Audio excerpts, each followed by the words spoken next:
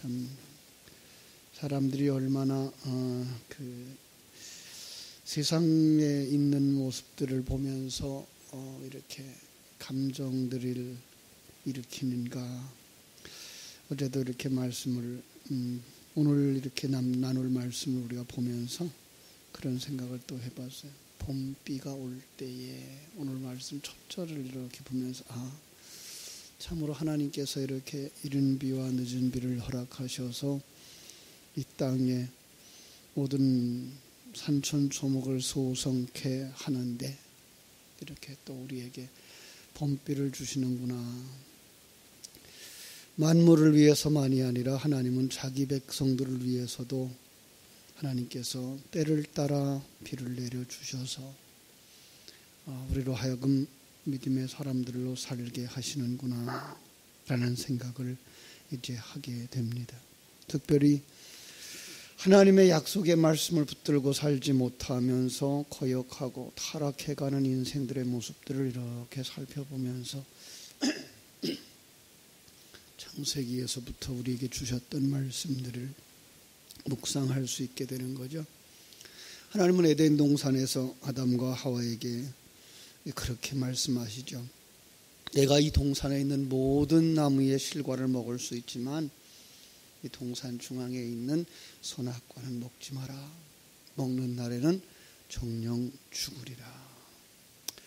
그런데 인간은 그만 하나님의 그 언약을 지키지 못하고서 그 선악과를 따먹고 타락하고 말죠. 타락한 결과가 무엇입니까? 그것은 바로 죽음이라고 하는 거죠. 심판을 받고 멸망을 받는 거예요. 역사 속에서 그걸 계속 보여줘요.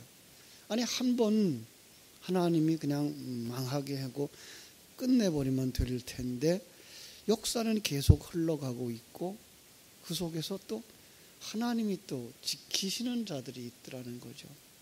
이것은 바로 한순간 우리 한 사람에게 주시는 말씀이면서 이건 역사 속에서 이루어가는 하나님의 언약이구나 하는 것을 깨달아 알 수가 있어요. 이스라엘이라고 하는 나라가 그 중에서 우리에게 진리를 전해주기 위해서 선택된 나라고 그 나라의 모습들을 보면서 하나님이 이렇게 용서하시는구나 또 이렇게 만들어 주시는구나를 깨달아 알게 하시는 거죠. 마땅히 벌을 받아야 될 이스라엘, 그런데 다시 구원해 주신다고 약속을 하시고 또 다시 회복을 시켜주시는 모습들. 지금 우리가 스가랴서를 보고 있습니다만 이 스가랴서는 언제 들어가 있는 책이라고 그랬죠? 에스라와 스룹바벨을 통해서 성전 건축을 하다가 바벨론에서 돌아와서 성전을 건축하려고 주춧돌을 놓고 머릿돌을 놓고 시작을 하다가 그들이 방해를 받게 되는 거예요. 성전 건축에 대한 방해. 그러자 그들은 핑계를 대고서 자기 집을 짓고 있는 모습들인 거죠. 그때에 하나님께서 하나님의 사람을 보내셔서 너희들이 돌아오게 한 것은 그 일을 위해서가 아니고 성전을 완성하게 하기 위해서 돌아오게 한 거야 라고 말씀하셔요. 그래서 이 학개 선지자와 스가랴 선지자의 사역으로 말미암아서 스룹바벨이 다시 힘을 얻고, 그죠? 그래서 다시금 그들이 성전을 완성하는 그 모습을 우리가 다시 이제 돌아가서 에스라에서 마감을 할 텐데요. 이 모습을 우리가 보면서 그 속에서 하나님은 우리의 모습을 보게 하신다 그랬죠.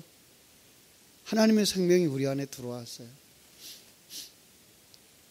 여러분 어떻게 하나님의 생명이 우리 속에 들어와요? 성경은 그걸 여러 가지 모양으로 표현하죠. 씨 뿌리는 모습으로 표현하기도 하고 예루살렘으로 입성하는 예수님의 모습을 통해서도 그려주고 있고요. 다음 주일이 종료주일입니다마는 그 모습이 예수님이 우리 안에 오셔서 우리를 성전으로 만들고자 하시는 하나님의 계획을 보여주고 있고 실제를 보여주고 있는 모습인 것을 알게 하시는 거죠. 바로 이 모습이에요. 그런데 그 모습 속에서 지금 이들이 성전을 중단해버린다는 거예요. 다시 말하면 요한계시록에 에베소 교회에게 말씀하신 것처럼 처음 사랑을 잃어버리는 거예요. 하나님의 예수 그리스도로 말미암아서 구원받고 그 구원의 완성을 향하여 달려나가야 하는 우리의 모습 속에서 그만 변질되는 거예요. 우리의 신앙의 목표가 하나님의 말씀에 순종하는 그릇, 자기를 온전히 비워서 하나님의 성령으로 충만되어지는 성전으로 완성되어지지 아니하고 자기가 자기 집을 짓는 거예요. 그러니까 바로 성전이 금방 변해서 뭐가 돼요? 신전이 되는 거예요. 바벨탑이 되는 거예요. 그래서 하나님은 그걸 어떻게 해요? 헐어버리겠다 그러는 거죠. 그리고 거기에다가 성전을 세우시겠다고 말씀하시는 거예요. 그 일을 위해서 지금 스가랴가 사역하고 있는 것이고 그 일을 위해서 설교자들이 사역하고 있는 거예요. 설교자들이 바른 설교를 해주지 못하면 성도들은 곧바로 돌아가서 이 세상에서 잘 먹고 잘 살고 남보다 나은 삶을 사는 윤리적이고 도덕적인 사람, 정신적인 그런 풍성함을 가지는 사람으로 가버린다고요. 하나님이 원하는 건 거기가 아니다라고 말해야 되는 사람이 설교자인 거예요. 바로 스가랴가 그 일을 하고 있는 거죠. 그래서 그들에게 지금 뭐라고 말을 하는 거예요? 그들 속에다가 일으키는 거. 너희들 빨리 그거 자기 집 짓는 거 중단하고 그걸 어떻게 해요? 헐어버리고 성전을 지어라. 근데 그걸 무엇으로 한다고요? 여기서 나오는 봄비라고 말하고 있어요. 하늘에서부터 내리는 비라고 말하고 있어요. 하늘에서부터 내려오는 진리의 말씀이라고 말하는 것을 우리가 볼 수가 있습니다. 예, 하나님께서는 우리들에게 이렇게 진리의 말씀을 그릇에다 담아주셨어요. 특별히 하나님께서 우리에게 그 비라고 하는 이야기를 할 때에 천지가 창조되어지고 타락되어지자 그 땅이 뭐예요? 비가 내리지 아니하므로 경작하는 사람이 없어서 아무것도 없다 이런 말을 써요.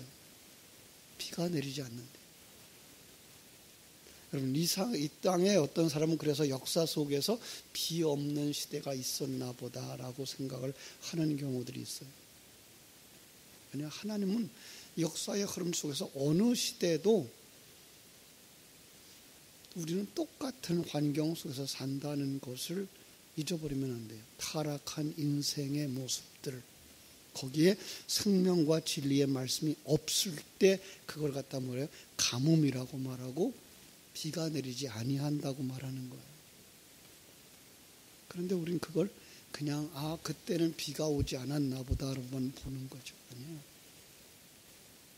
하나님은 우리에게 이렇게 진리의 말씀을 전해주시며 생명의 말씀, 그들을 살리고 그들을 자라나게 하고 그들을 꽃 피우게 하고 열매 맺게 하시는 그 일을 비로 말미암아서 이루어진다라고 말씀하시는 거기에 담아주신 거예요. 그래서 비가 내린다는 말은 뭐예요? 진리와 생명의 말씀이 내려온다는 거예요. 그래서 이스라엘 백성들에게는 이 비가 온다는 말, 그 비가 오는 구름을 반드시 그 물을 머금은 그냥 비가 먹은 비가 있는 구름을 갖다가 구름이라고 말해요. 다시 말하면 비가 없는 구름을 구름이라고 말하지 않고 비가 있는 구름만 그들은 구름이라고 말하는 거죠. 그래서 여기서 그들이 뭐라 그래요? 봄비가 올 때에 곧 구름이 일게 하시는 여호와께 비를 구하라 이렇게 했어요. 먼저 성경 개역 성경은 번개가 칠 때에 이랬죠. 그죠? 그런데 여기서 이제 비라고 바꾸는 것 잘한 거죠. 그 구름이라고 말한 것 바로 잘한 거죠. 그죠? 소낙비를 내려서 밭의 채소를 각 사람에게 주시리라. 구하면이에요. 자, 이게 묘하죠? 비가 오는데 또 비를 구하라. 그러면 주시리라. 이렇게 말씀하고 있어요. 여러분, 하나님의 생명의 말씀을 가지지 않으면 하나님의 생명의 말씀을 구할 줄도 모르고 여기에요. 그런데 생명을 가진 자들은 그 생명을 구하게 돼 있다고. 그가 가난한 자가 되고요, 목마른 자가 되고요, 사슴처럼 신의 물을 찾는 자가 되는 거예요. 그래서 있는 자는 받아서 풍족하게 되는 역사가 바로 여기에 있는 거예요. 하나님의 역사가 일어날 때에라는 거죠. 그러니까 봄비가 올 때에는 뭐예요? 하나님의 역사가 일어날 때에 하나님 앞에 더 풍성한 것을 구하라라는 거예요. 그러면 하나님이 응답하시는데 소낙비를 내려서, 그죠? 밭의 채소를 사람에게 주시듯이 너희들이 열매가 되어지게 하겠다라는 거예요. 자, 지금 누구에게 하는 말이에요? 성전을 짓다가 중단한 자들에게. 하나님을 향하여 가지 아니하고 세상의 것을 추구하고 세상의 만족을 추구하고 세상의 것 조금만 어떤 걸 얻으면 이거 하나님이 주셨어. 예, 하나님이 주시지 않은 것 없어요. 그런데도 불구하고 그걸 비교적으로 생각해서, 그죠? 비교적으로 생각해서 좋은 것, 많은 것, 그런 것들은 하나님이 주셨어. 아픈 것, 나쁜 것은 그것은 마귀가 주었어요. 우리 생각은 그렇게 생각하고 있어요. 아니요. 우리에게 주신 모든 것이 다 하나님이 주신 거예요. 그런데 하나님의 백성들은 그 속에서 누구를 봐요? 하나님을 봐요. 예, 하나님의 백성들은 하나님을 봐요. 하나님의 일하심을 봐요. 그리고 하나님이 마땅히 구해야 할 것이 무엇인지를 알게 하셔요. 하나님이 주시면 그냥 기다려도 비가 올 거 아니에요? 이 말을 에스겔서에서 우리가 잠깐 볼 수가 있는데요. 에스겔서 36장에 가보면은요, 이스라엘 백성들에게 이스라엘 백성들을 구원해 주시겠다라고 약속을 해요. 이스라엘 백성들 구원해 주시겠다. 구원의 이유가 그들이 잘나서가 아니고 하나님의 영광을 위해서. 그런데 뭐라고 말하는가 하면 이렇게 할 텐데 36장 37절 나 주 여호와가 말하노라. 그래도 이스라엘 족속이 이와 같이 자기들에게 이루어 주기를 내게 구하여야 할지니라. 예. 하나님이 계획하신대요. 하나님이 일하신대요. 그런데 구해야 된대요. 이거예요. 우리가 성전으로, 하나님이 성전으로 만들어 주셔요, 우리를. 예. 주일날 이제 설교를 준비하면서 하나님 아버지와의 우리의 관계, 성자 예수님과의 우리의 관계, 성령 하나님과 우리와의 관계 속에서 성경 속에서는 아들이란 단어를, 신부라고 하는 단어를, 성전이라는 단어를 써서 우리의 모습이 바로 그런 거야 라고 가르쳐 주는데 결과는 하나예요. 우리가 하나님의 백성으로 하나님과 한 몸을 이루어서 함께 살아가는 그 나라와 그 민족을 이루시는 역사를 보고 있는데 그것을 뭐 해야 된다고요? 구하여야 된다는 거예요. 왜 그럴까요? 이게 다른 데서 일어나는, 내 밖에서 일어나는 일이 아니라 내 안에서 일어나는 일이기 때문에 그런 거예요. 이게 기도인 거예요. 우리가 기도해야 될 이유가 바로 하나님이 주신 그 약속의 말씀이 내 안에서 이루어져서 내가 하나님의 사람으로 완성되어지게 하기 위하여 하나님이 일하심을 깨달아 알고 그 하나님께 속히 이루어지기를 위해서 그 진리의 말씀을 되새김질하는 거예요. 그게 뭐예요? 구하는 거예요. 그래서 마태복음 7장이나 누가복음에서도 그렇게 말하죠. 구하면 더 좋은 것을 주신다. 더 좋은 것? 성령이라고 말하고 있잖아요. 성령을 주셔서 깨닫게 하시고 우리 속에 예수 생명으로 충만되게 하시는 거예요. 그런데 불구하고 세상 사람들은 누구에게 구하더라고요? 2절. 드라빔들은 허탄한 것을 말하며 복술자는 진실하지 않은 것을 보고 거짓 구슴을 말한즉 그 위로가 헛됨으로 백성들이 양같이 유리하며 목자가 없으므로 곤고를 당한다. 지금 이스라엘 백성들의 성전 짓다 중단된 이유는 누구 책임이라고요? 목자들 책임이라고요. 설교자 책임이고요. 교회의 영적인 지도자들 책임이라고요. 그들이 바른 신앙을 얘기하지 않는 거예요. 교회가 세상 것을 추구하고 예수 믿으면 병 낫는다 그러고 천년만년 살 것처럼 얘기를 하는데 불구하고 이건 아니지 않습니까? 라고 말하지 않는다는 거예요. 그거라고 옳다라고 말한다는 거예요. 그래서 그걸 뭐라 그래? 허탄한 것을 말하며 진실하지 않은 것을 말하며 거짓 구슴을 말하며 이렇게 말하거든요. 세상의 가치관을 가지고 국어사전을 가지고 성경을 해석하는 거예요. 그러면 일반 종교로 가버려요. 일반 종교의 이유가 뭐죠? 이 세상에서 어떤 힘이라도 빌려서 나를 좀 채우고 싶고 나를 키우고 싶고 나를 높은 자리에 올려놓고 싶은 것. 지금도 우리의 신앙생활이 정말 하나님과의 관계 속에서 자기를 비우고 자기를 내려놓고 하나님의 삶으로 만들어져 가는 데 관심이 없어요. 심지어 성도들조차도 예배당 큰 건물 훌륭한 이름난 목사 밑에 가서 이게 내 목사님이야, 이게 내 교회야 라고 그걸 등에 삼고 자기가 빛을 보고 싶은 이런 것들이지 정말 그 속에 예수 생명이 있는지 없는지 관심이 없단 말이에요. 뭐 하는 거라고요? 자기 집 짓는 거라고요. 자기 집을 화려하게 짓는다. 신전을 짓고 있는 거라는 거예요. 스가랴는 그걸 지적하는 거예요. 아니다. 너는 지금 잘못 가고 있다. 그래서 뭐라고 말해요? 너희들이 양같이 유리하고 있는 거다.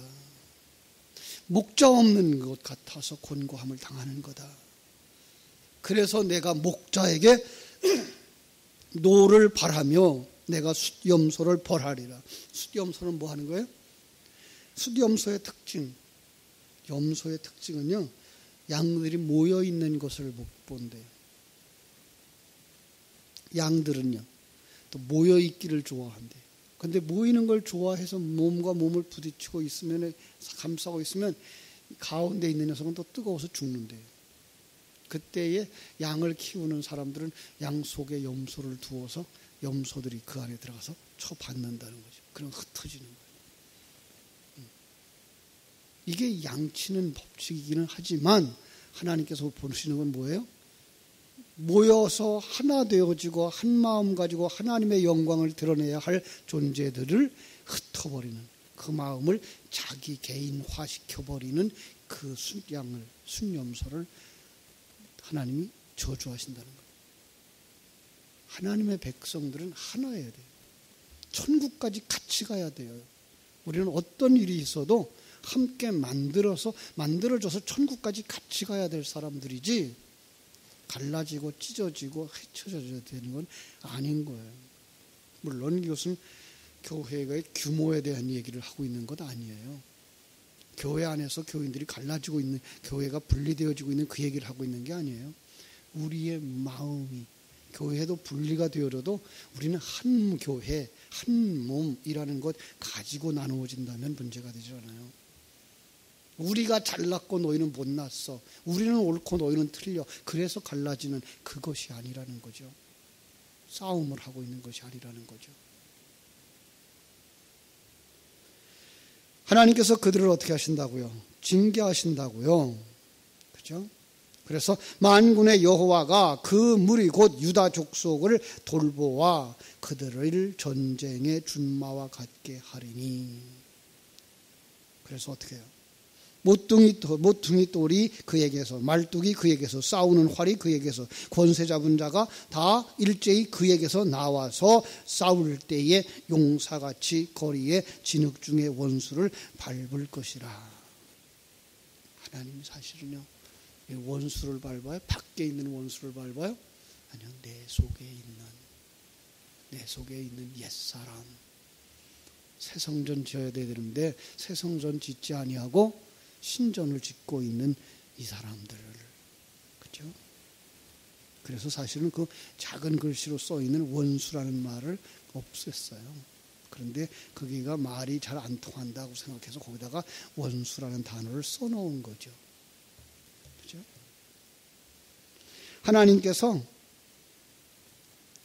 정말로 자기 힘으로 싸우려고 하고 자기 바벨탑을 쌓으려고 했던 그들을 하여금 뭐하게 한다고요? 부끄럽게 한다고. 그래서 정말 보잘것없었어요. 말 탄 그 말은 키가 크거든요. 말 타고 전쟁하는 거기에 대비해서 예수님은 뭐 타고 오신다고요? 나귀 타고 오신다고요. 아주 약자처럼 작은 모습으로. 그런데 그 힘이 더 강해져요. 그 힘이 우리 속엔 뭐예요? 정말 예수의 생명으로 충만되게 하셔서 그 옛사람을 밟아버리고 부끄럽게 만들고 벗겨지게 만드는 그 일을 하시겠다는 거죠. 자, 이 일은 그때나 예수님 시대에나 이루어지고 있는 것이 아니라 오늘 지금 우리 속에서 이루어지고 있는 사실이라는 사실을 깊이 깨달아 알고, 이 일을 위하여 하나님이 내게 성령을 주시는구나. 이 일을 위하여 예수 그리스도의 복음을 주시는구나. 이 일을 위하여 하나님께서 생명의 말씀을 내게 주시는구나. 그것이 무엇일까?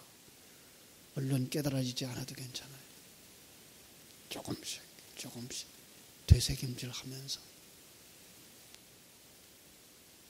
이슬비에 옷이 젖는 것처럼 정말 생명의 진리의 말씀이 우리에게 차근차근 채워질 때 우리가 예수의 사람으로 자기를 비우고 자기 안에 성령으로 충만하게 채워지는 성전으로 완성되어질 줄로 믿습니다. 기도하겠습니다. 하나님,